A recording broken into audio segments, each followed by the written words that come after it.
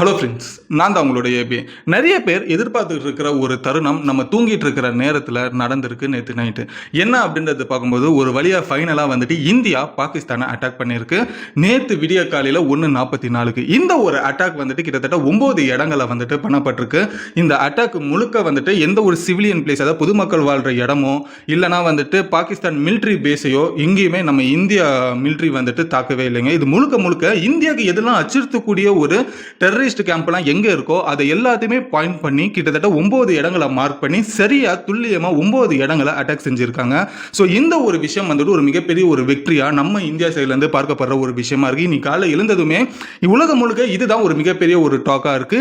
இந்த ஒரு attack India சைட்ல இருந்து பாகிஸ்தானுக்கு நடந்திருக்கு அப்படின்ற ஒரு விஷயம். இந்த ஒரு தருணம் நிறைய பேரால எதிர்பார்க்கப்பட்ட ஒரு விஷயம் தான். அது நேற்று நைட்டு நம்ம தூங்கிட்டு இருக்கிற நேரத்தில் தான் நடந்திருக்கு. ஸோ இந்த ஒரு விஷயத்தை பத்தி தான் இந்த ஒரு வீடியோவில் தெரிஞ்சுக்க போறோம். அதுவுமே இல்லாமல் இந்த அட்டாக்கு இந்தியா கவர்மெண்ட் ஒரு பேருமே வச்சிருக்காங்க. அதுதான் ஆபரேஷன் சிந்தூர்.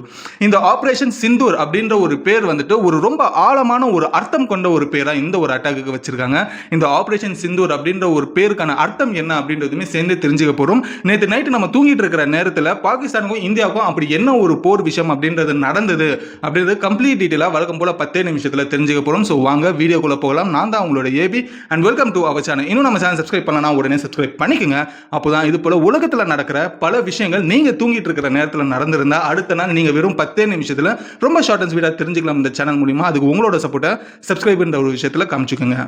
ஃபர்ஸ்ட் விஷயம் எங்க இருந்து ஆரம்பிக்கலாம் அப்படின்றது பார்க்கும்போது இந்த ஒரு வீடியோ ஆரம்பிக்கிறதுக்கு முன்னாடி ஒரு டிஸ்க்ளைமர் ஒன்று சொல்லிடுறேன். இந்தியா வந்துட்டு பாகிஸ்தானை தாக்கி இருக்கு அப்படின்ற ஒரு விஷயம் சொல்றது. இதுக்கான வந்துட்டு இந்தியா சைட்ல இருந்து என்ன மாதிரி ஒரு வியூ இருக்குன்னா, நம்ம பகல்காம் அட்டாக், அதாவது பாகிஸ்தான்ல இருக்கிற தீவிரவாதிகள் நம்ம இந்தியாவுக்குள்ள இருக்கிற பகல்காம்குள்ள வந்து பொதுமக்களை தாக்கி இருக்காங்க. அது ஒரு தீவிரவாத ஒரு அமைப்பினால நடந்திருக்கு. இந்த ஒரு அட்டாக்கு நம்ம வந்து பதிலடி தரப்போறோம். ஸோ அதுதான் நேற்று நடந்திருக்கு. ஸோ இந்தியா சைட்ல இருந்து இது பார்க்கும்போது இது வெறும் ஒரு பதிலடி தாக்குதல் மட்டும்தான். பட் இது இந்தியா இப்படி நினைச்சாலும் பட் பாகிஸ்தான் அப்படி நினைக்கல. நேத்து நைட்டு நம்ம தாக்கிட்டோமா, இன்னைக்கு பாகிஸ்தான் வந்துட்டு என்ன மாதிரி விஷயங்கள்லாம் கையில எடுப்பாங்க அப்படின்றது பார்க்கும்போது கண்டிப்பா இது ஒரு போர் ஒரு தொடக்கம் அப்படின்றது தான். பாகிஸ்தான் இதை கண்டிப்பா பார்ப்பாங்க. ஸோ மேபி எனக்கு தெரிஞ்சு இன்னைக்கு நைட்டோ இல்லைனா நாளைக்கு காலையிலோ கண்டிப்பா பாகிஸ்தான் வந்துட்டு இந்தியாவை நாங்கள் திருப்பி அடிப்போம் அப்படின்னு சொல்றதுக்கு சொன்னா கூட ஆச்சரியப்படுறதுக்கு இல்லை. ஏன்னா இந்தியா சைட்ல இருந்து பார்க்கும்போது நீங்க எங்களை தாக்குனீங்க, நாங்களும் உங்களை தாக்கிட்டோம். ஸோ இப்படி தான் இந்தியாவோட வியூ அப்படின்ற ஒரு விஷயம் இருந்துகிட்டு இருக்கு. பட் பாகிஸ்தான் இதை ஒரு போரா தான் வந்துட்டு கன்சிடர் பண்ணுவாங்க. இது போருக்கான ஒரு தொடக்கம் தான், இதை பார்ப்பாங்க அப்படின்றது எந்த சந்தேகமும் இல்லை. ஸோ இது வீடியோக்குள் முன்னாடியே நான் சொல்லிடுறேன் எதுக்காக இந்தியா இதை தாக்கி இருக்காங்க அப்படின்ற ஒரு விஷயம். சரி, நேற்று இந்த அட்டாக் நடந்தது. இந்த அட்டாக் பேர் வந்துட்டு இந்தியா கவர்மெண்ட் என்ன பேர் வச்சிருக்காங்கன்னா ஆபரேஷன் சிந்தூர் அப்படின்றது வச்சிருக்காங்க. இந்த ஆபரேஷன் சிந்தூர் அப்படின்றது பேர் வச்சதுக்கான காரணம் ரொம்ப ஒரு ஆழமான ஒரு அர்த்தம் ஒன்று இருக்குங்க. என்ன அப்படின்னாக்கா, இந்த சிந்தூர் அப்படின்றது சொல்றோம்னா நம்ம பொட்டு அப்படின்றது சொல்றோம். பெண்கள், நம்ம இந்தியா பெண்கள் பொட்டு வைப்பாங்க இல்லையா? ஸோ அந்த மாதிரி வந்துட்டு பொட்டு வைக்கிறதுக்கான ஒரு சிம்பாலிக் தான் இந்த சிந்தூர் அப்படின்னு சொல்லி ஹிந்தியில் சொல்லுவாங்க. இது எதுக்காக இந்த ஒரு ஆபரேஷன் அட்டாக் வச்சிருக்காங்க அப்படின்றது பார்க்கும்போது ஜெனரலா இந்தியாவில் வந்துட்டு கணவர்கள் இல்லை அப்படின்ற பட்சத்தில் வந்துட்டு பெண்கள் வந்துட்டு அந்த பொட்டு வைக்கும் அப்படின்ற அந்த வாய்ப்பு அவங்களுக்கு வாழ்க்கையில கிடைக்காம போயிடுது.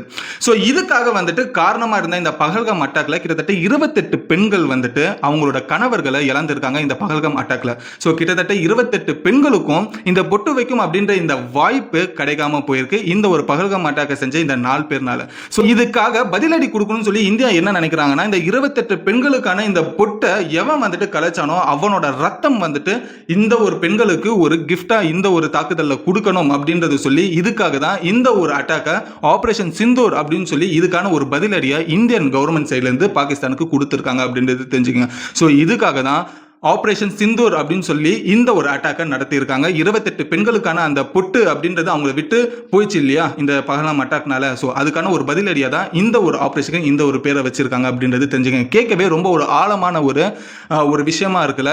இந்த ஒரு ஆபரேஷன் சிந்தூர் அப்படின்ற ஒரு பேர் இதை விட ஒரு கச்சிதமான பேர் இந்த அட்டாக் இருக்குமான்றது எனக்கு தெரியல. இந்த ஒரு விஷயத்தை நான் படிக்கும்போது ஸோ சரியான பேர் தான் இந்த அட்டாக் வச்சிருக்காங்க அப்படின்றது என்னோட பாயிண்ட் ஆஃப் வியூ எனக்கு தெரிய வருது. ஸோ இதுல வந்துட்டு நேத்திக்கு என்ன நடந்தது அப்படின்றது ஒன்று ஒன்றா நம்ம பார்க்க ஆரம்பிப்போம். ஸோ நேற்று நைட்டு சரியா 1:44 அப்போ என்ன நடந்திருக்குன்னா, இந்தியா சைட்ல இருந்து கிட்டத்தட்ட 9 டார்கெட் வந்துட்டு லொகேஷனை லாக் பண்ணியிருக்காங்க பாகிஸ்தான்ல இருந்து. இது முழுக்க முழுக்க பாகிஸ்தானுக்குள்ள நடந்ததா அப்படின்னு கேட்டீங்கன்னா கண்டிப்பா கிடையாது. ஒரு 4 லொகேஷன் பாகிஸ்தானுக்குள்ள இருக்கு.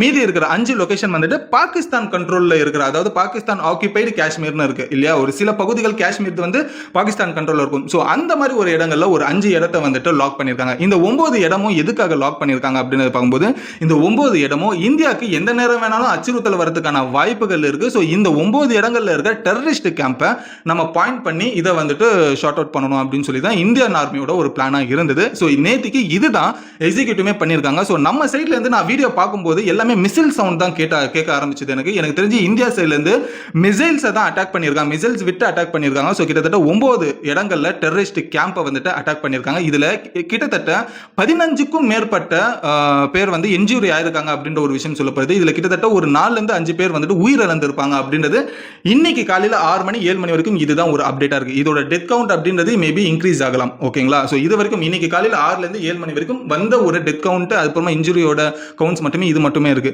சரி, இது எல்லாமே டெரரிஸ்ட் கேம்ப்ல மட்டும் தான் நடத்தப்பட்ட ஒரு அட்டாக். இது முழுக்க இந்தியன் கவர்மெண்ட் ஒரு ஓப்பனா சொன்னாங்க. இது என்னன்னா சிவிலைசேஷன், அதாவது பொதுமக்கள் வாழ்ற ஒரு இடமோ அதே போல வந்துட்டு மிலிட்டரி பேஸ், பாகிஸ்தான் ஒரு மிலிட்டரி பேஸ்ல எங்கேயுமே நாங்க வந்துட்டு அட்டாக் அப்படின்ற ஒரு விஷயம் பண்ணவே இல்லை. இது முழுக்க டெரரிஸ்ட் கேம்ப், எங்களுக்கு அச்சுறுத்தல் கூட வரக்கூடிய ஒரு இடங்கள் எங்கெங்க இருக்கோ அங்க மட்டும் தான் நாங்க இதை பண்ணியிருக்கோம் சொல்லியிருக்காங்க.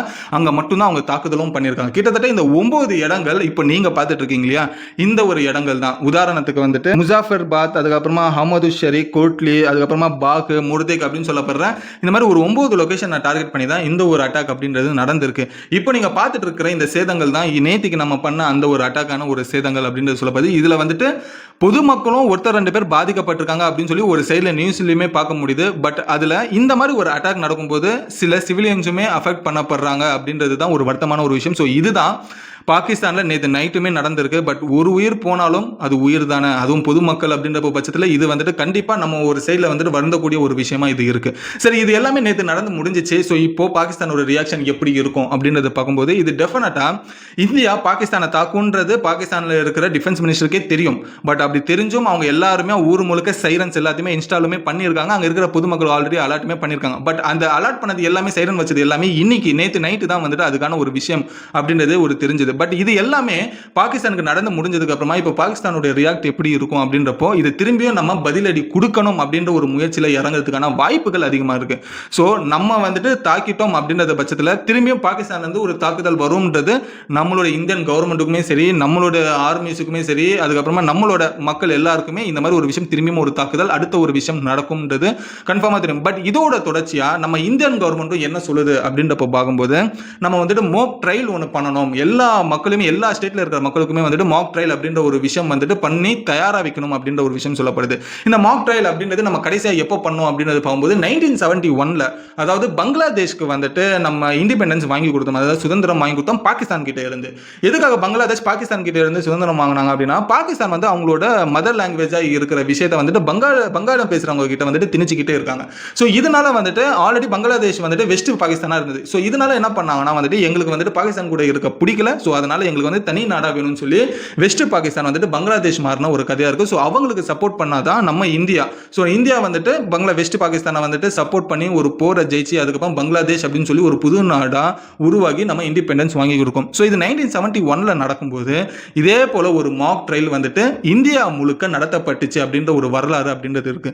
அதோட தொடர்ச்சியா இப்போ 2025ல திரும்பியும் நாடு முழுக்க, இந்தியா முழுக்க எல்லா மக்களுமே வந்துட்டு இந்த மாக் ட்ரையல் அப்படின்ற ஒரு விஷயம் வந்துட்டு திரும்பியும் ஒரு ட்ரைனிங் மாதிரி எடுக்கணும் அப்படின்ற ஒரு விஷயம் சொல்லப்படுது. இந்த மாக் ட்ரையல் என்ன சம்பந்தப்பட்ட ஒரு விஷயம் அப்படின்றத பார்க்கும்போது திடீர்னு நம்ம வான்வெளியிலேருந்து ஒரு தாக்குதல் வருது, இல்லை கிரவுண்ட் லெவலில் நமக்கு தாக்குதல் வருது, ஏதோ ஒரு விஷயம் நமக்கு ஆபத்து அப்படின்ற ஒரு விஷயம் வரும்போது நம்ம அந்த டைமில் எப்படி செயல்படணும், கூட இருக்கவங்களை நம்ம எப்படி பாதுகாக்கணும், எங்கே போய் நம்ம ஒளிஞ்சிக்கணும், அந்த சிச்சுவேஷனில் நம்ம எப்படி ரியாக்ட் பண்ணணும்னு சொல்லிட்டு ஏகப்பட்ட விஷயங்கள் அங்கே இருக்கிற ஆர்மிஸ் அஃபிஷியல்ஸில் இருக்கிறவங்க, கோஸ்ட் கார்டு அஃபிஷியல்ஸில் இருக்கிறவங்க இதை வந்துட்டு பொதுமக்களுக்கு சொல்லிக் கொடுப்பாங்க. ஸோ இந்த ஒரு விஷயம் இன்னைக்கு, அதாவது மே 7 இன்னைக்கு வந்துட்டு தொடங்கப்படுது இந்தியா முழுக்க. ஸோ இதனால என்ன விஷயம்னா பாகிஸ்தான் டெஃபினட்டா திரும்பியும் தாக்குவாங்க. அந்த நேரத்தில் நம்ம மக்கள் எல்லாத்துக்குமே தயாரா இருக்கணும். பட் நம்ம மக்கள் வரைக்கும் பிரச்சனை வராது, அதுக்கு வந்துட்டு நம்ம முப்படைகளுமே வந்துட்டு அந்த ஒரு விஷயத்தை பார்த்துப்பாங்க. பட் அதுக்கும் மீறி வந்ததுன்னா நம்ம மக்களும் தயாரா இருக்கணுன்றதுக்காக இந்த மாக் ட்ரையல் அப்படின்ற ஒரு விஷயமே நடத்தப்படுது. ஸோ இப்போ பார்த்தீங்கன்னா நம்ம சென்னையில் எங்க நடக்குது அப்படின்றது பார்க்கும்போது கல்பாக்கம், சென்னைக்கு வெளியில் இருக்கிற கல்பாக்கம் அணுமின் நிலையம் இருக்கு இல்லையா, ஸோ அங்கே வந்துட்டு நடத்தப்படுது அப்படின்ற ஒரு விஷயம் தெரிஞ்சுக்கிட்டேன். அதே போல வந்துட்டு சென்னையில் இருக்கிற போர்ட்லயுமே வந்துட்டு வந்துட்டு அந்த கோஸ்ட் கார்டு போர்ட்லயுமே இந்த ஒரு விஷயம் வந்துட்டு சொல்லிக் கொடுக்க போறாங்க அப்படின்ற ஒரு விஷயமும் தெரிய வந்தது. இது ஆல்மோஸ்ட் ஒரு மணி நேரம் 2 மணி நேரம் வந்துட்டு பொதுமக்களுக்காக சொல்லிக் கொடுக்குற ஒரு ஜஸ்ட் ஒரு ட்ரைனிங் கிளாஸா இது இருக்கும் அப்படின்றதுமே சொல்லப்படுது. ஸோ சென்னையில் இருக்கிறவங்க உங்களுக்கு டைம் கிடைச்சா அங்கேயும் நீங்க போயிட்டு பார்க்கலாம், எல்லாம் நிறைய விஷயத்தை கற்றுக்கலாம் அப்படின்றது தெரிஞ்சுக்கோங்க. ஸோ இதுதான் நேத்திக்கு நடந்த ஒரு விஷயம். ஸோ நம்மளும் இந்தியா வந்துட்டு இதுக்கப்புறம் நம்மளும் கொஞ்சம் ப்ரிப்பேர்டா இருக்கணும்னு சொல்லி பொதுமக்களையுமே வந்துட்டு கொஞ்சம் ரெடி பண்றாங்க. அதுக்கான ஒரு தயார் நிலையில இருக்கணும்னு சொல்லி மக்களுமே கொஞ்சம் இன்டைரக்டா அலர்ட் பண்றாங்க அப்படின்றது இதுல தெளிவாவே தெரியுது. ஏன்னா கண்டிப்பா பாகிஸ்தான் இது டெஃபினட்டா ஒரு போர் விஷயமா தான் இது அவங்க சைட்ல இருந்து பார்ப்பாங்க. பட் நான் முன்ன சொன்ன மாதிரி இந்தியா இதுக்கு வெறும் பதிலடி தான் கொடுத்துருக்குன்றதை தாண்டி பாகிஸ்தான் இதை போர் விஷயமா இது கையில எடுத்துட்டாங்க அப்படின்ற பட்சத்தில் அடுத்த ஒரு தாக்குதல் பாகிஸ்தான்ல இருந்து வரதுக்கான வாய்ப்புகள் அதிகமா இருக்கு. ஸோ இந்த மாதிரி ஒரு சூழல்ல வந்துட்டு நம்ம இருக்கும்போது இது கூடவே இப்போ ரஷ்யா அவங்களுமே வந்துட்டு நமக்கு சப்போர்ட் பண்ணியிருக்காங்க. ஆப்வியஸ்லி எல்லாருக்குமே தெரியும் ரஷ்யா வந்துட்டு எந்த அளவுக்கு இந்தியாவுக்கு வந்துட்டு ஒரு ஜிகிரி தோஸ்த் அப்படின்ற ஒரு விஷயம். ஸோ நேத்தும் முந்தா நேத்து நைட்டோ வந்துட்டு என்னன்னா ரஷ்யா புட்டின் அவர்கள் வந்துட்டு இந்தியாவுக்கு நாங்கள் ஃபுல் சப்போர்ட் இருக்கும், இந்த பகலம் அட்டாக்கை வந்துட்டு நாங்களும் கவனிச்சிருந்தோம். ஸோ இதுக்கு இந்தியா என்ன விஷயம் செஞ்சாலும் அதுக்கு 100% நாங்கள் ஃபுல் சப்போர்ட் கொடுக்குறோம் அப்படின்னு சொல்லி ரஷ்யா சைட்லேருந்து ஸ்ட்ராங்கான ஒரு சப்போர்ட் வந்ததுக்கு அப்புறமா தான் இந்த ஒரு அட்டாக் அப்படின்றது நடந்திருக்கு. ஸோ கண்டிப்பா ரஷ்யா சைட்ல இருந்துமே ஒரு மிகப்பெரிய ஒரு சப்போர்ட் அப்படின்றது இந்தியா சைடுக்குமே இருக்கு அப்படின்றது தெரிய வந்தது. ஸோ அதோட தொடர்ச்சியாக தான் இந்த மோக் ட்ரில் அப்படின்ற ஒரு விஷயமும் நடக்க ஆரம்பிச்சது. இதெல்லாம் ஒரு பக்கம் இருந்தாலும் அடுத்தது வந்துட்டு நமக்கு மிகப்பெரிய ஒரு பிரச்சனை என்ன தெரியுமா இருக்கும், நம்ம நாட்டுக்குள்ளேயே சில பிரச்சனைகள் ஒன்று இருக்குங்க. அந்த பிரச்சனை மிகப்பெரிய பிரச்சனை, அதுதான் ஃபேக் நியூஸ். ஏன்னா இந்த அட்டாக் நடந்ததுக்கு அப்புறமா ஏகப்பட்ட ஃபேக் நியூஸ் வந்துட்டு சோஷியல் மீடியாவில் வந்துட்டு பரவியது. உதாரணத்துக்கு வந்துட்டு இந்தியா பேஸில் வந்துட்டு பாகிஸ்தான் தாக்கி இந்தியாவோட ஃப்ளைட்ஸ் எல்லாமே வந்துட்டு டேமேஜ் ஆயிடுச்சு. ஸோ இந்தியன் ஆர்மிஸ் வந்துட்டு பாகிஸ்தான் ஆர்மிஸ் கூட்டிட்டு போயிட்டாங்க அவங்க பாட்டுன்னு சொல்லி ஏகப்பட்ட ஃபேக் நியூஸ். இதெல்லாம் எதுவுமே நடக்கல இது வரைக்கும். அப்படி இருந்தாலும் ஏகப்பட்ட ஃபேக் நியூஸ் பழைய நியூஸ்லாம் எடுத்து இப்போ ட்ரெண்டிங் பண்ணிட்டு இருக்காங்க. இந்த மாதிரி பண்றதுல யாருக்கு வந்துட்டு பிரச்சனை அப்படின்றது பார்க்கும்போது இந்தியன் செக்யூரிட்டி, அதாவது வந்துட்டு இந்தியாவில் இருக்கிற செக்யூரிட்டிக்கு தான் பிரச்சனை. ஸோ அதனால வந்துட்டு இந்த மாதிரி ஒரு ஃபேக் நியூஸ் அப்படின்றது இந்தியாவுக்குள்ள உட்காந்துட்டு இந்த மாதிரி பண்றதுன்றது தயவு செஞ்சு ஸ்டாப் பண்ணுங்க. இது வந்துட்டு மக்களுமே இந்தியாவுக்குள்ள இருக்கிற மக்களுமே குழப்பம் அடைவாங்க. அதே போல பாகிஸ்தானுக்கு இது ஒரு அட்வான்டேஜாவே மாறி அதுவே அவங்களுக்கு ஒரு கதையா கட்டுறது கூட வாய்ப்புகள் அதிகமா இருக்கு. ஸோ இதனால ஒரு செக்யூரிட்டி பிரீச்சா நம்மளோட நாட்டுக்கு வந்துட்டு இது ஒரு வழிவகுக்கும் அப்படின்ற ஒரு விஷயம் தெரிஞ்சுங்க. ஸோ தயவு செஞ்சு ஃபேக் நியூஸ் அப்படின்ற ஒரு விஷயம் எப்பயுமே பரப்புறதுன்றது நிப்பாட்டிக்கங்க. முக்கியமா இந்த மாதிரி ஒரு சிச்சுவேஷன்ஸ்ல ஃபேக் நியூஸ் அப்படின்றது பரப்புனா மிகப்பெரிய ஒரு பேக் ஃபயர் நமக்கும் நம்ம நாட்டுக்கு தான் ஆகும் அப்படின்றது தெரிஞ்சுங்க. ஸோ காஷ்மீர்ல இருந்து கன்னியாகுமரி வரைக்கும் நம்ம எல்லாரும் இந்தியன்ஸ் அப்படின்னு சொல்லப்படுற ஒரு ஐடென்டிட்டியில தான் ஒத்துமையா நின்று இதை நம்ம சமாளிக்கணும் அப்படின்ற ஒரு சூழ்நிலை தான் நம்ம இதுக்கப்புறமா இருக்க போறோம். ஸோ வெயிட் பண்ணி பார்ப்போம் பாகிஸ்தானோட ரியாக்ஷன் எப்படி இருக்கு, திரும்பியும் பதிலடி தாக்குவாங்களா இல்ல வேற ஏதாவது ஒரு மூணாவது நாடு உள்ள நுழைஞ்சு சமாதானம் படுத்துவாங்களா அப்படின்ற ஒரு விஷயம் இந்த ஒரு அடுத்தடுத்த வீடியோல நம்ம பார்க்கலாம். ரொம்ப ஒரு முக்கியமான தருணமா இது உலகம் முழுக்க இது இந்தியாவும் பாகிஸ்தானோட கான்ஃபிளிக்டா பார்த்துக்கிட்டு இருக்கு. எப்படின்றது அடுத்தடுத்த முக்கியமான அப்டேட்ஸ் வரும்போதும் நான் உங்ககிட்ட கொண்டு வந்து சேர்க்கிறேன். ஸோ இதுதான் பாகிஸ்தான் இருந்தால் மொத்த பிரச்சனையுமே. ஸோ நான் உங்ககிட்ட சொல்லியிருக்கேன் இந்த ஒரு இன்ஃபர்மேஷன் உங்களுக்கு யூஸ்ஃபுல்லாக இருந்தால் லைக் பண்ணிக்கோங்க. உங்கள் ஃப்ரெண்ட்ஸ் அண்ட் ஃபேமிலிஸ்க்குமே நேற்று நைட் நம்ம தூங்கிட்டு இருக்கிற நேரத்தில் என்ன தான் நடந்தது அப்படின்னு சொல்லி மொத்த டீட்டெயிலுமே நீங்கள் எப்படி தெரிஞ்சுக்கணும் உங்கள் ஃப்ரெண்ட்ஸ் அண்ட் ஃபேமிலிஸ்க்குமே ஷேர் பண்ணுங்கள். அவங்களும் நீங்கள் தெரிஞ்சுக்கிட்ட உண்மைகளை அவங்களுமே தெரிஞ்சுக்கணும். இன்னும் நம்ம சேனல் சப்ஸ்கிரைப் பண்ணலாம், உடனே சப்ஸ்கிரைப் பண்ணிக்கங்க. நான் உங்ககிட்ட கேட்குற கேள்வி என்ன அப்படின்னாக்கா பாகிஸ்தானோட அடுத்த ஒரு ரியாக்ஷன் என்னவா இருக்கும், அது போரா இருக்குமா இல்லை சமாதானத்தை நோக்கி போகுமா இல்லை மூணாவது கண்ட்ரி இதுக்கு பஞ்சாயத்துக்கு வருமா அப்படின்றது உங்களோட கருத்தை கமெண்ட்டில் சொல்லுங்கள். உங்களோட கமெண்ட்டை படிக்க நான் ரொம்பவே வெயிட் பண்ணிட்டு இருக்கேன். ஸோ இதோட இந்த வீடியோ முடிச்சுட்டு அடுத்த ஒரு சூப்பரான வீடியோவில் உங்களை வந்து நான் பார்க்குறேன். Until then, bye bye, AB.